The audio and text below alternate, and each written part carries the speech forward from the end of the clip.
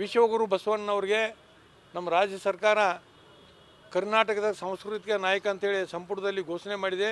ಅದಕ್ಕೆ ಸರ್ಕಾರಕ್ಕೆ ಅಭಿನಂದನೆ ಸಲ್ಲಿಸ್ತಾ ಇದ್ದೀನಿ.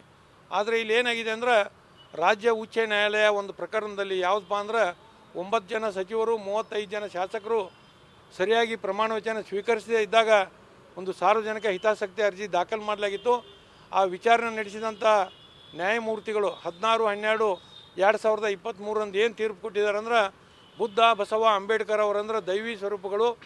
ಅದಲ್ಲದೆ ಸಂವಿಧಾನದಲ್ಲಿ ದೇವರನ್ನುವಂಥ ಪದ ಕೂಡ ದೈವಿ ಸ್ವರೂಪಕ್ಕೆ ಸಮೀಪದಾಗಿದೆ ಅಂಥೇಳಿ ಬಸವಣ್ಣವರು ಕೂಡ ದೇವರು ಅವರ ಹೆಸರು ಮೇಲೆ ಪ್ರಮಾಣ ವಚನ ಸ್ವೀಕಾರ ಮಾಡಿರೋ ತಪ್ಪಿಲ್ಲ ಅಂತ ಹೇಳ್ತಿ.